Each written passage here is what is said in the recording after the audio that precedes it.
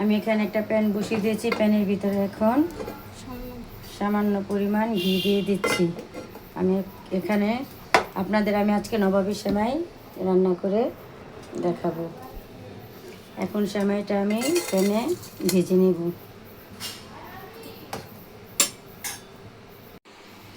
Already আমার সেমাই ভাজা হয়ে যাচ্ছে। এখানে এখন আমি চিনি দিয়ে দিব।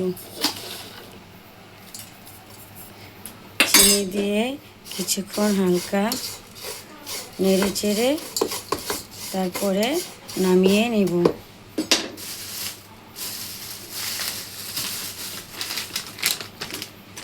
এখানে আমি গুঁড়ো দুধ দিয়ে দিব।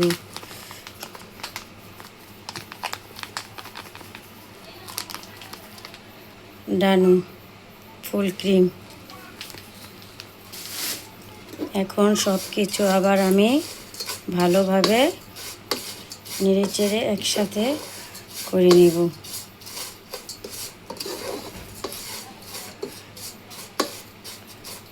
অলরেডি আমার সেমাই ভাজা শেষ।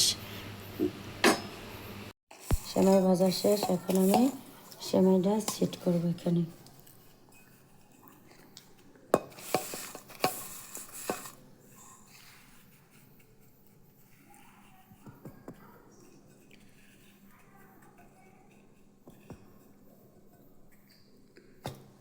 এখন এখানে আমি ক্রিম